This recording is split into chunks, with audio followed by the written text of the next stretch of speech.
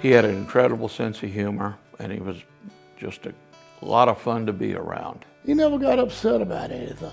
Never heard him speak ill about anybody. I'm sure underneath he was angry sometimes, but he never showed it. Great for all of us kids growing up. Second father figure to all of us. Was never, ever arrogant in any way. He was humble. He had a wonderful personality, friendly to everyone, treated everyone with dignity, respect. Donnie Brock didn't see race. Donnie Brock wanted all people to get along. He wanted the community to do well. Donnie was one of the finest men in Greenwood. He was the most honest, loving man that you'd ever want to meet. And he truly cared about other people. It was not just talk with him, it was who he was. They don't come any better than Donnie Brock. It's as good as he get as a human being. He had the whole package: smart, friendly, joyful, kind, hardworking, charismatic, cared for other people, model father, model businessman, model attorney, model husband. I'm staggered by God's huge and incredible grace that he could create a person like Donnie Brock.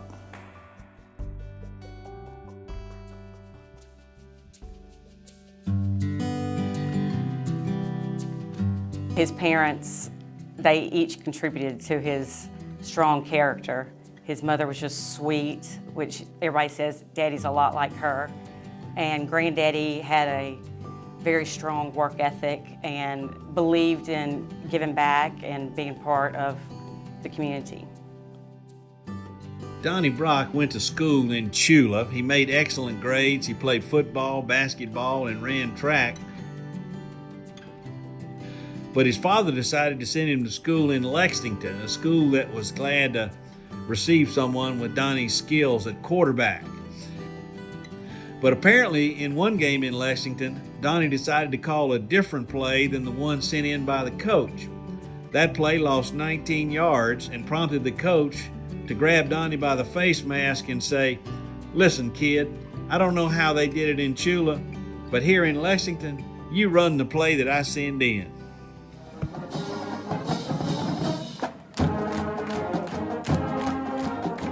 He was good enough to play in a National High School All-Star game.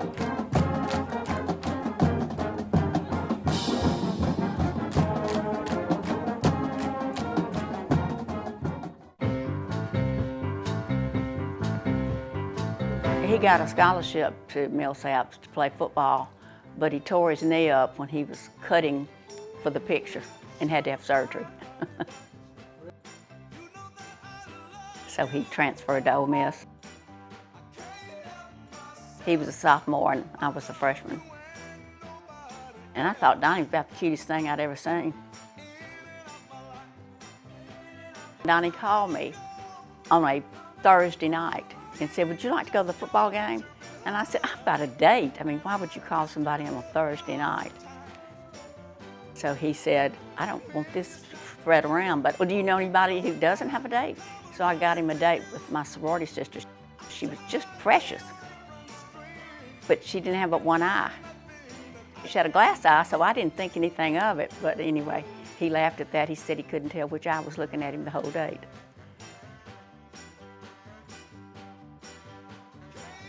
Then he finally asked me out again, and I went.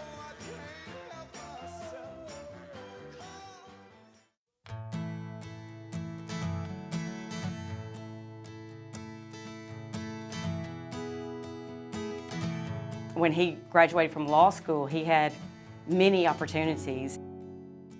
He had worked 2 summers in Jackson for lawyers, and they offered him a job, and so I thought we were going to Jackson. I grew up in Jackson. I was just thrilled. But he accidentally interviewed with Bill Whittington one time at Ole Miss, and he said, "Patty, I just fell in love with Bill Whittington." They were like father and son. I practiced law with him 23 years. A dedicated advocate for his clients, extremely smart, an incredible writer, but also could do complex math problems in his head, so he kind of had it all. A lot of lawyers specialize. Corporate law, wills and estates, real estate, defense work, plaintiff work. He could do all of it equally skillfully.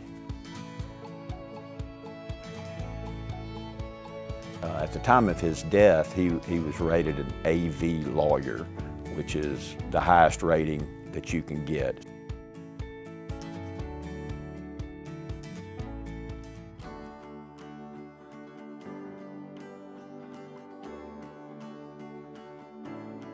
He didn't seek or want recognition. He was just genuinely concerned with the improvement of the county. He was passionate about the economic well-being of Greenwood and Leflore County and Carroll County, and volunteered untold hours. Donnie was chairman of the industrial board, my goodness, for I believe about 15 years. I don't ever recall any chairman serving as long as Donnie. And no, he was not compensated. This was not a paid position. Donnie knew that to do economic development, we had to generate revenue, and Donnie led projects that meant additional revenue for our Economic Development Foundation that we are still reaping the benefits of today. The Economic Development Foundation actually owns that building, leases it out, receives rental income, and has been doing so for 15 or 20 years. And that was really one of his pet projects. Donnie shared with me many, many times that he was putting more hours in for the industrial board than he was actually putting in for his legal practice. He told me it was the most fulfilling work he'd ever done in his life. Watching him be involved in the community instilled in us how important it is. He took a lot of time and would go to Washington, D.C. and advocate for Greenwood, and that was free. I mean, nobody paid his way up there, and if he wasn't in the office, he wasn't getting paid. Donnie served on our board of directors for many years. I was always amazed at his level-headed approach and good advice that he always gave us. And in just about every situation, I would think to myself, man, I'm glad Donnie's on my side.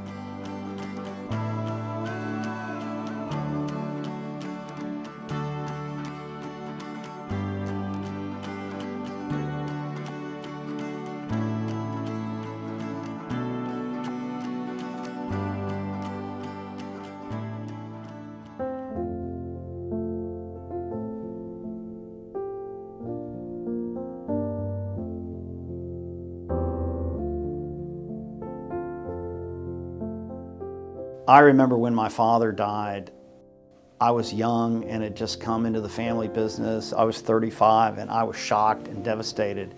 And he really was like a surrogate father to me during that time, and just, you know, made sure that he was there to advise me and to help me and to deal with all the challenges that I was facing. And I will never, ever forget that. He was just the most wonderful person you could ever imagine during those very rough period for me. I think if you ask Donnie what his greatest accomplishment was, he's going to tell you his family, his children and his grandchildren. He was a fabulous cook. He made great cream corn. He would do the kernels right off the corn cob and then milk the cob and make everything from scratch. Donnie was so great to our family. He took us on so many neat family vacations. He was always good about taking us on vacations. We always would go to Orange Beach or Destin or New Orleans a few times. So we were always in the station wagon or in the van. He would take us to Grenada Lake, he would take us to Lake Washington. We would go to New Orleans to the World's Fair. We went to Wisconsin on a road trip, so he loved just to pile us in the car and take off. he always made sure to find time for the Friday night football game or the Thursday night basketball game in Senatobia. He was always there. He never missed one of the children's sporting events. Never, ever.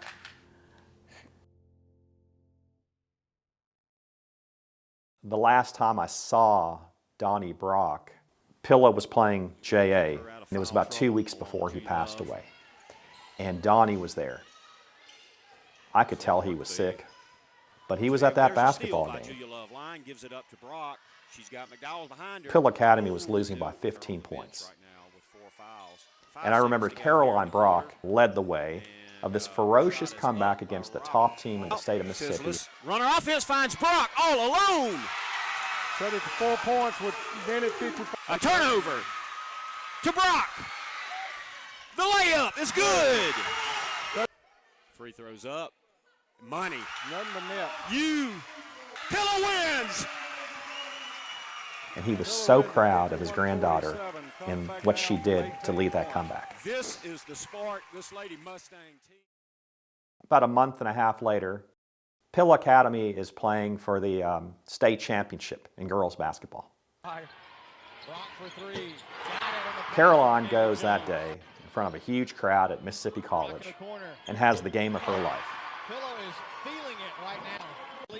Pumps in 24 points in less than 3 quarters, and Pill Academy destroys Jackson Prep and wins the overall state basketball championship. And I go up to Don after the game, and I give him a hug, and I told Don, man, I wish your father was here.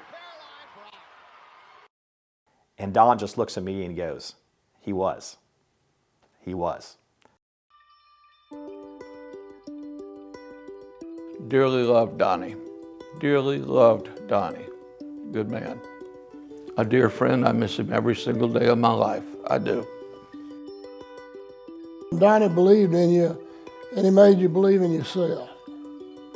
I'd be forever grateful for Donnie for that.